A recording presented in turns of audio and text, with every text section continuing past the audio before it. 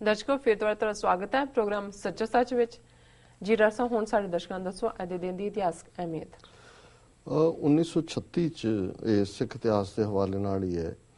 ਉਦੋਂ ਕਿ ਬੇਸ਼ੱਕ ਅੰਬੇਦਕਰ ਗਾਂਧੀ ਦਾ ਪੂਨਾ ਪੈਕਟ ਹੋ ਗਿਆ ਸੀ। ਅੰਬੇਦਕਰ ਜਿਹੜੇ ਬੜੇ ਰੌਸ਼ਨ ਦਿਮਾਗ ਸਨ, ਉਹ ਦੇਖ ਰਹੇ ਸੀ ਕਿਸ ਧਰਮ ਵੱਲ ਜਾਈਏ ਨਾ ਜਾਈਏ। ਸਿੱਖੀ ਵੱਲ ਆਉਣ ਲਈ ਵੀ ਥੋੜ੍ਹੇ ਬਹੁਤ ਫੀਲਰ ਉਹਨਾਂ ਨੇ ਸੁੱਟੇ। ਹਾਲਾਂ 1950 ਚ ਉਹਨਾਂ ਨੇ ਅਲਟੀਮੇਟਲੀ ਬੁੱਧ ਧਰਮ ਅਡਾਪਟ ਕੀਤਾ ਸੀ।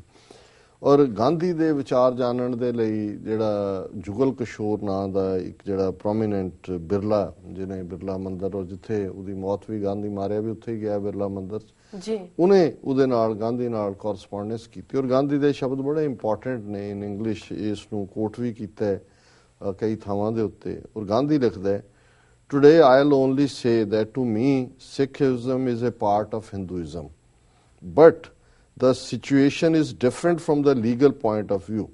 Dr. Ambedkar wants a change of religion. If becoming a Sikh amounts to conversion, that this kind of conversion on part of Harijans is dangerous. If you can make them give up the separate electorate, then I'll have no objection to Harijans calling themselves Ramanujis or Sikhs.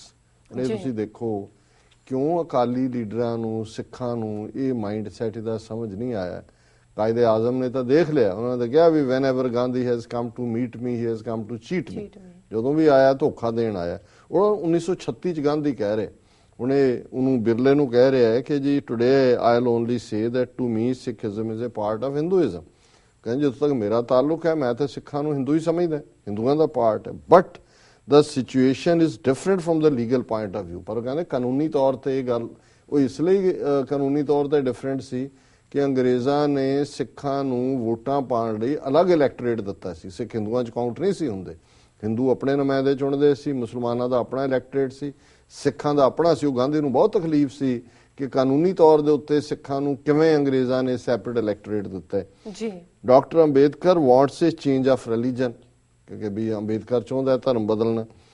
If becoming a Sikh amounts to conversion, then this kind of conversion on part of Harijans is dangerous.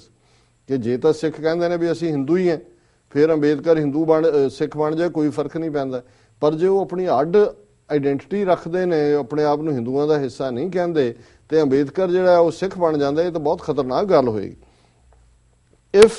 if you can make them give up the separate electorate, ਇਹ ਉਹਨੂੰ ਕਹਿੰਦਾ ਜੇ ਤੁਸੀਂ ਸਿੱਖਾਂ ਨੂੰ ਕਹੋ ਕਿ ਆਪਣਾ ਅੱਡ ਇਲੈਕਟੋਰੇਟ ਛੱਡ ਦੇਣ ਕਿ ਵੀ ਉਹ ਅਲੱਗ ਨਾ ਕਾਊਂਟ ਹੋਣ, then I'll have no objection to Harijans calling themselves Ramanujis or Sikhs। ਫਿਰ ਭਾਵੇਂ ਰਾਮਾਨੁਜ ਦੇ ਚੇਲੇ ਬਣ ਜਾਣ, ਸਿੱਖ ਬਣ ਜਾਣ, ਪਰ ਸੈਪਰੇਟ ਇਲੈਕਟੋਰੇਟ ਜਿਹੜਾ ਹੈ ਨਾ, ਹਰੀਜਨ ਆਪਣਾ ਸੈਪਰੇਟ ਇਲੈਕਟੋਰੇਟ ਮੰਗਣ ਤੇ ਸਿੱਖ ਛੱਡ ਦੇਣ। ਇਹ ਗਾਂਧੀ ਦਾ ਜਿਹੜਾ ਉਸ ਜ਼ਮਾਨੇ ਦੇ ਵਿੱਚ ਵੀ ਇਹ ਵਿਊ ਸੀ।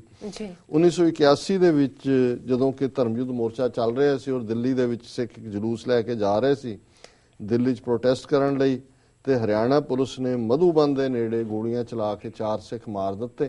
ਔਰ ਜਦੋਂ ਪ੍ਰੋਟੈਸਟ ਕੀਤਾ ਖਾਲਸਾ ਕਾਲਜ ਅੰਮ੍ਰਿਤਸਰ ਦੇ ਸਟੂਡੈਂਟਸ ਨੇ, ਉਹਨਾਂ ਦੇ ਉੱਤੇ ਵੀ ਲਾਠੀ ਚਾਰਜ ਕੀਤਾ ਗਿਆ।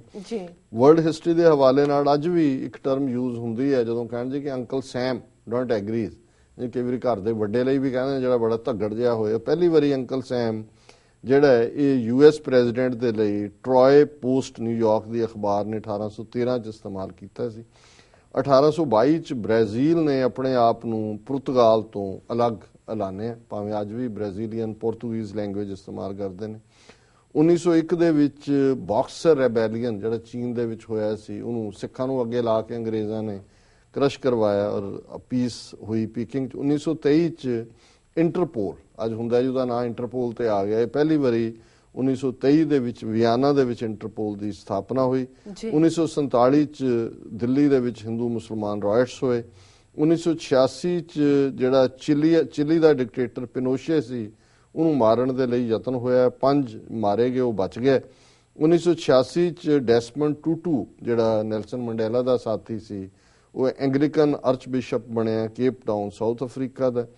2004 ਦੇ ਵਿੱਚ ਇਰਾਕ ਜੰਗ 'ਚ ਅਮਰੀਕਾ ਦੇ 1000 ਤੱਕ ਸੋਲਜਰ ਮਰ ਚੁੱਕੇ ਸੀ। ਔਰ 2013 ਚ ਇੰਟਰਨੈਸ਼ਨਲ ਓਲੰਪਿਕ ਕਮੇਟੀ ਨੇ ਫੈਸਲਾ ਕੀਤਾ ਹੈ ਕਿ 2020 2020 ਦੀਆਂ 올림픽ਸ ਨੇ ਉਹ ਟੋਕੀਓ ਜਾਪਾਨ ਦੇ ਵਿੱਚ ਹੋਣਗੀਆਂ। ਸੋ ਇਹ ਵਰਲਡ ਹਿਸਟਰੀ ਹੈ ਜੀ। ਡਾਕਟਰ ਸਾਹਿਬ ਤੁਹਾਡਾ ਬਹੁਤ ਬਹੁਤ ਸ਼ੁਕਰੀਆ। ਹੁਣ ਸਾਡੇ ਦਰਸ਼ਕਾਂ ਨੂੰ ਦੱਸੋ ਅੱਜ ਦਾ ਵਿਚਾਰ। ਅੱਜ ਦੇ ਵਿਚਾਰ ਲਈ ਅਸੀਂ 10ਵੇਂ ਪਾਤਸ਼ਾਹ ਦੇ ਜ਼ਫਰਨਾਮੇ ਦੇ 5 ਸ਼ੇਅਰ ਪਿਕ ਕੀਤੇ ਨੇ ਜੀ, ਔਰ ਉਹਨਾਂ ਦਾ ਟਰਾਂਸਲੇਸ਼ਨ ਐਗਜ਼ੈਕਟਲੀ ਪੋਇਟਰੀ ਦੇ ਵਿੱਚ ਹੀ ਅਵਤਾਰ ਸਿੰਘ ਆਜ਼ਾਦ ਉਹਨਾਂ ਦਾ ਬਰੰਗੇ ਮਗਸ ਸਿਆਹ ਪੋਸ਼ ਆਮਦੰਦ ਬੈਕ ਬਾਰਗੀ ਦਰ ਖਰੋਸ਼ ਆਮਦੰਦ। ਇਹ ਹੁਣ ਚਮਕੌਰ ਦੀ ਜੰਗ ਨੂੰ ਗੁਰੂ ਸਾਹਿਬ ਬਿਆਨ ਰਹੇ ਨੇ ਜੀ। ਮੱਖੀਆਂ ਵਾਂਗੂ ਕਾਲੀਆਂ ਗਲੀ ਵਰਦੀਆਂ ਪਾ ਫੌਜੀ ਸ਼ਾਹੀ ਆਈਆਂ ਰਣ ਵਿੱਚ ਧੂੜ ਧੁਮਾ ਹਰਾਂ ਕਸ ਜੇ ਦੀਵਾਰੇ ਆਮਦ ਬਿਰੂ ਬਖੁਰਦਨ ਯਕੇ ਤੀਰ ਸ਼ੁੱਧ ਗਰਕ ਖੂੰ। ਜੇ ਕੋਈ ਛੱਡ ਫਸੀਲ ਨੂੰ ਨਿਕਲ ਆਇਆ ਬਾਹਰ ਉਹ ਤੀਰ ਪਰੁਚ ਕੇ ਡਿੱਗਾ ਹੋ ਲਾਚਾਰ। ਜੀ ਕਿ ਬੇਰੂ ਨੇ ਆਮਦ ਕਸੇ ਜਾਂ ਦੀਵਾਰ ਨਾ ਖੁਰਦਨ ਤੀਰੋ ਨਾ ਗਸ਼ਤੰਦ ਖੁਆਰ। ਪਰ ਜਿਸ ਕੱਢੀ ਸਿਰੀ ਨਾ ਛੱਡ ਕੇ ਉਹ ਦੀਵਾਰ ਨਾ ਉਸ ਖਾਦਾ ਤੀਰ ਹੀ ਤੇ ਨਾ ਹੋਇਆ ਖੁਆਰ। ਚੂ ਦੀਦਮ ਕੇ ਨਾਹਰ ਬਿਆਮਦ ਬਾਜੰਗ ਚਸ਼ੀਦੇ ਯਕੇ ਤੀਰ ਮਨ ਬੇਦਰੰਗ। ਜਦ ਮੈਂ ਜੰਗ ਵਿੱਚ ਆਉਂਦਾ ਤੱਕਿਆ ਨਾਹਰ ਖਾਨ, ਇਹ ਨਵਾਬ ਮਲੇਰਕੋਟਲੇ ਦਾ ਭਰਾ ਸੀ, ਜੀ। ਉੱਡਿਆ ਮੇਰਾ ਤੀਰ ਤਦ ਉਸਦੇ ਲੈਣ ਪ੍ਰਾਣ। ਤੇ ਅਖੀਰਲਾ ਸ਼ੇਅਰ ਹੈ ਹਮਾਖਰ ਗੁਰੇਜ਼ੰਦ ਬਜਾਏ ਮੁਸਾਫ ਬਸੇ ਖਾਨ ਗਰਦੰਦ ਬੇਰੂ ਗੁਜ਼ਾਫ। ਪਰ ਬੁਜ਼ ਦਿਲਾਂ ਪਰੇ ਹੋ ਝੱਟ ਬਚਾ ਲਈ ਜਾਨ ਗੱਪੀ ਜਾਪੇ ਉਸ ਦੇ ਸਾਥੀ ਕੁਲ ਪਠਾਨ। ਇਹ ਉਹਨਾਂ ਨੇ ਕਿਹਾ ਕਿ ਨਾਰ ਖਾਨ ਤਾਂ ਮਾਰਿਆ ਗਿਆ, ਉਹਨੇ ਸਿਰ ਬਾਹਰ ਕੱਢਿਆ, ਪਰ ਬਾਕੀ ਜਿਹੜੇ ਉਹਦੇ ਪਠਾਨ ਸੀ ਬੜੇ ਬੜੇ ਤਾਰਾ ਮਾਰਨ ਵਾਲੇ ਉਹ ਸਭ ਦੌੜ ਗਏ, ਫਿਰ ਕਿਸੇ ਨੇ ਸਿਰ ਬਾਹਰ ਨਹੀਂ ਚੱਕਿਆ। ਇਹ ਜ਼ਫਰਨਾਮੇ 'ਚ 10ਵੇਂ ਪਾਤਸ਼ਾਹ ਚਮਕੌਰ ਦੀ ਗੜੀ ਦੇ ਜੰਗ ਨੂੰ ਬਿਆਨ ਕਰ ਰਹੇ ਨੇ। ਸੋ ਇਹ ਅੱਜ ਦਾ ਵਿਚਾਰ ਹੈ ਜੀ। ਡਾਕਟਰ ਸਾਹਿਬ ਤੁਹਾਡਾ ਬਹੁਤ ਬਹੁਤ ਸ਼ੁਕਰੀਆ। ਤੁਸੀਂ ਅੱਜ ਦਾ ਵਿਚਾਰ ਸਾਡੇ ਦਰਸ਼ਕਾਂ ਨਾਲ ਸਾਂਝਾ ਕੀਤਾ। ਇਸ ਨਾਲ ਆਪਣੇ ਵਿਊਅਰਸ ਕੋਲ ਲੈਣੇ ਇਜਾਜ਼ਤ। ਵਿਊਅਰਸ, ਸਾਡੇ ਪ੍ਰੋਗਰਾਮ ਦਾ ਸਮਾਂ ਇੱਥੇ ਸਮਾਪਤ ਹੁੰਦਾ ਹੈ। ਤੁਸੀਂ ਆਪਣੇ ਰਾਏ ਤੇ ਸੁਝਾਅ ਸਾਨੂੰ ਭੇਜਣਾ ਭੁੱਲਣਾ ਸਾਡੇ ਇਸ ਪਤੇ ਤੇ SOS@tv84.tv ਤੇ। ਅਸੀਂ ਆਪਣਾ ਪ੍ਰੋਗਰਾਮ ਲੈ ਕੇ ਫਿਰ ਦੁਬਾਰਾ ਹਾਜ਼ਰ ਹੋਵਾਂਗੇ। ਤਦ ਤੱਕ ਲਈ ਮੈਨੂੰ ਤੇ ਆਪਣਾ ਸੁਣਾ ਗਿਆ ਦੋ। ਬੁਲਾ ਦਿਓ ਫਤਿਹ। ਦੇਖਦੀ ਰਹੋ TV 84। ਵਾਹਿਗੁਰੂ ਜੀ ਕਾ ਖਾਲਸਾ, ਵਾਹਿਗੁਰੂ ਜੀ ਕੀ ਫਤਿਹ।